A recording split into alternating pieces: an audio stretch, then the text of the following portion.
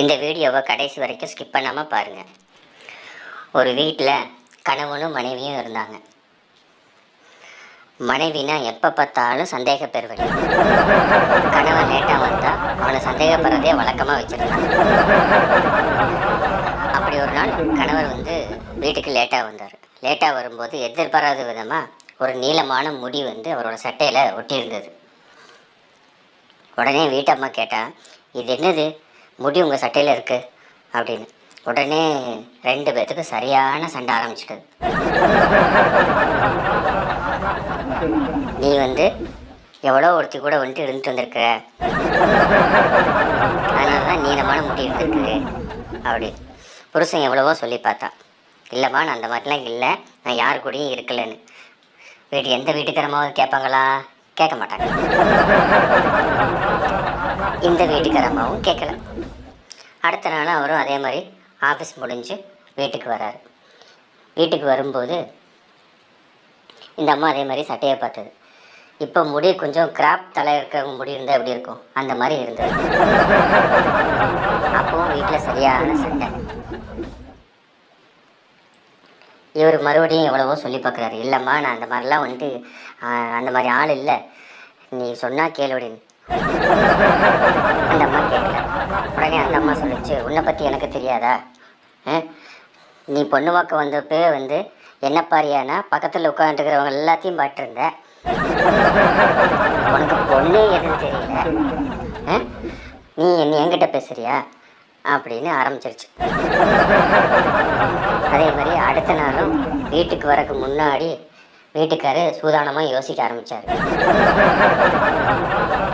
எப்படி வீட்டுக்கு போனால் சட்டையை கழட்டி பார்ப்பா, அப்போ ஏதாவது ஒரு முடி இருந்துச்சுன்னா லெஃப்ட் அண்ட் ரைட்டு வாங்குவான்.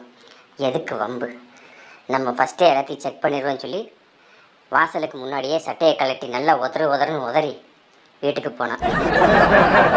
அப்பா மனசுக்குள்ள நினச்சான், இன்னைக்கு ஒரு பிரச்சனையும் வராது அப்படின்ட்டு வீட்டுக்கு போனான்.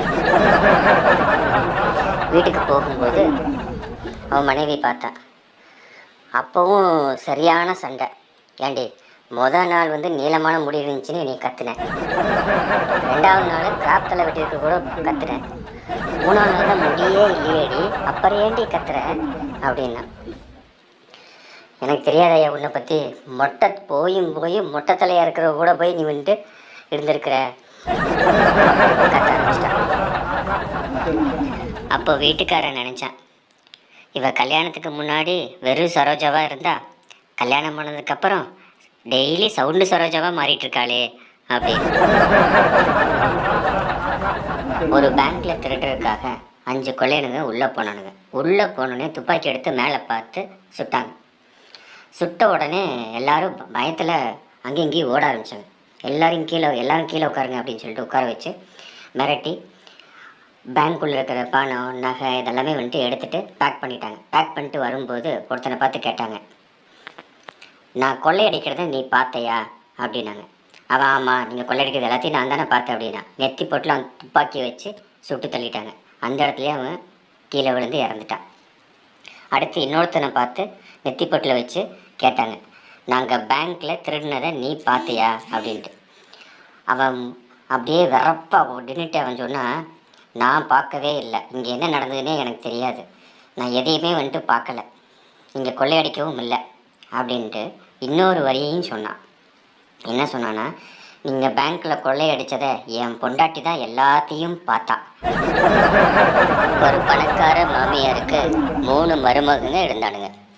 இந்த 3 மருமகன்களும் தான் மேலே எவ்வளவு பெரியவங்க அப்படின்னு மாமியாருக்கு ஒரு ஆசை வந்துட்டது. ஒரு நாள் மூத்த மருமகனை கூப்பிட்டு ஆற்றுல படகு சவாரி போயிருந்தாங்க. நடு ஆற்றுல போயிட்டு இருக்கும்போது மாமியார் வேணுன்ட்டு கீழே குதிச்சிட்டாங்க ஆற்றுல. உடனே மூத்த மருமகன் குதித்து மாமியாரை காப்பாற்றிட்டான். மாமியாருக்குன்னா ஒரே சந்தோஷம், அடடடடடடடா, மருமகன் நம்மளை எவ்வளோ பெரிய வச்சுருக்காப்புல நம்ம மேலே அப்படின்னு. அடுத்த நாள் மருமகன் எந்திரிச்சு வீட்டுக்கு வெளியில் பார்க்கும்போது ஒரு புது மாருதி கார் நின்றுட்டு இருந்தது. அந்த காரில் ஒரு அட்டை இருந்தது. அதில் எடுத்து பார்க்கும்போது, என்னுடைய மூத்த மருமகனுக்கு இந்த மாமியாரின் அன்பு பரிசு அப்படின்னு எழுதியிருந்தது. அதே மாதிரி அடுத்த மருமகனையும் கூட்டிகிட்டு போனாங்க. ஆற்றுல கூட்டிகிட்டு போகும்போது நடு ஆற்றுல போயிட்டுருக்கும்போது அதே மாதிரி மாமியார் வேணுன்ட்டே விழுந்தாங்க. மருமகனும் உடனே ஆற்றுல இறங்கி மாமியாரை வந்துட்டு காப்பாற்றிட்டான். மாமியாருக்குன்னு ஒரே சந்தோஷம். நம்ம மருமகனுக்கு என்ன ஒரு பெரிய நம்ம மேலே, சே 2 மருமகனும் நம்ம மேலே உசுராக இருக்காங்களே அப்படின்ட்டு. அடுத்த நாள் அதே மாதிரி ஒரு மாருதி கார் நின்றுது. அந்த மாருதி கார் கண்ணாடியில் என் மருமகனுக்கு அன்பு பரிசு அப்படின்னு எழுதியிருந்தது. சரி, அதுக்கு அடுத்த நாளும் கடைசி மருமகனை கூப்பிட்டு அதே மாதிரி ஆற்றுல படகுல சவாரி செய்கிறாங்க மாமியார். அதே மாதிரி நடு ஆற்றுக்கு வந்தப்போ கீழே குதிச்சுட்றாங்க.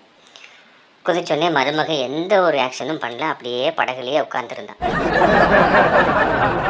மாமியார்னா கத்துன்னு கத்துறாங்க, மருமகனே என்னை காப்பாற்றுங்க என்னை காப்பாற்றுங்க அப்படின்ட்டு. அப்போ அவன் செய்கிறான். மறுபடியும் கத்துறாங்க, மருமகனே உங்களுக்கு 1 காருன்னு 2 கார் வாங்கி தரேன், நீ எப்படியாவது காப்பாற்றுக்க அப்படின்னு. காரு யாருக்கடி வேணும் உன் காரு? யாருக்கு வேணும்? பிள்ளையவாடியே பெற்று வச்சிருக்கிற, பிசாசை பெற்று வச்சிருக்கிற, இவளை நான் எங்கே போய் அடக்கிறது? அடங்கா பிடாரியாக இருக்கிறான், அவளை பெற்ற நீ சாகணும் அப்படின்னு சொல்லிட்டு அவன் பாட்டுக்கு அமைதியாக வந்துட்டான். அதே மாதிரி மாமியாரே இறந்துட்டாங்க. அடுத்த நாள் வந்துட்டு கோவத்தோட வீட்டுக்கு வெளியில் வந்து பார்த்தா ஒரு BMW கார் இருந்தது. அந்த கார் கண்ணாடியில் ஒரு அட்டை இருந்தது. அந்த அட்டையை எடுத்து பார்த்தா அதில் இப்படி எழுந்திருந்தது, மாமனாரின் அன்பு பரிசு என் கடைசி மருமகனுக்கு.